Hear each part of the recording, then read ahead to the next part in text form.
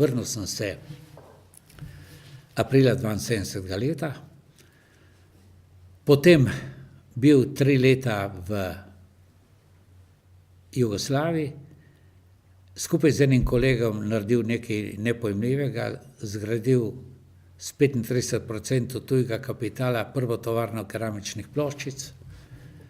Človeka sem spoznal v Libiji, ki je vložil denar, ampak pri nas ni bilo niti zakonodaje še in tako dalje, ampak jaz sem pričakoval, da bom potem zavzel eno vodilnih mest tam v tisti fabriki in poglejte, kdo se pojavi.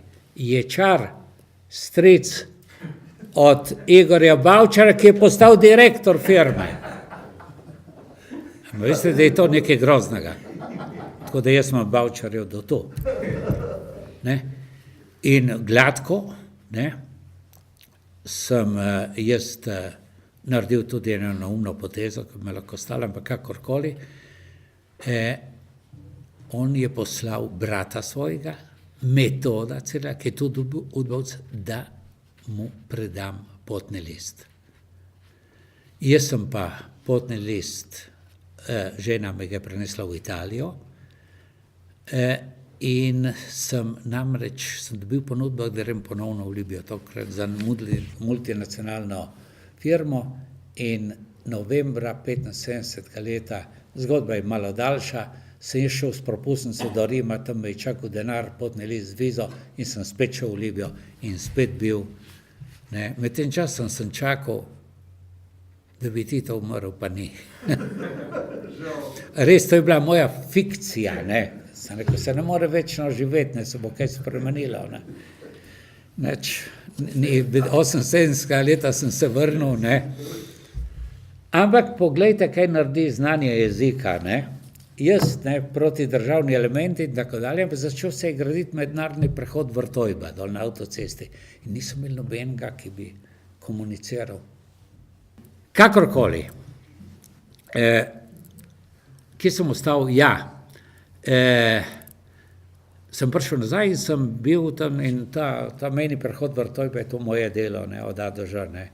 Ne samo to.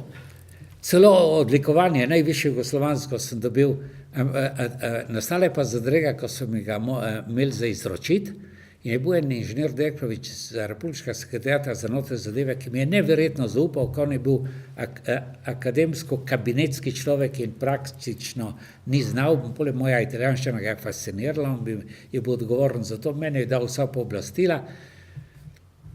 In je rekel, poslušaj, je rekel, se mi zdi, da moraš tudi dati številko partijske knjižice. Sem rekel, drago, sva bila pri tu, sem rekel, jaz nisem partij. Tiho, je rekel, nič ne bomo rekli. Nisem nosilec nekega ne vem kakšnega reda. Ne, vem, da je bilo takrat te najvišje civilne odlikovanja. Kakorkoli, Tito bo še vedno živ, ne.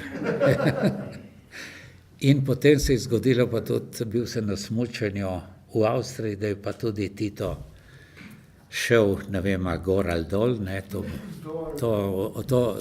bo odločil se mogočni, ne. In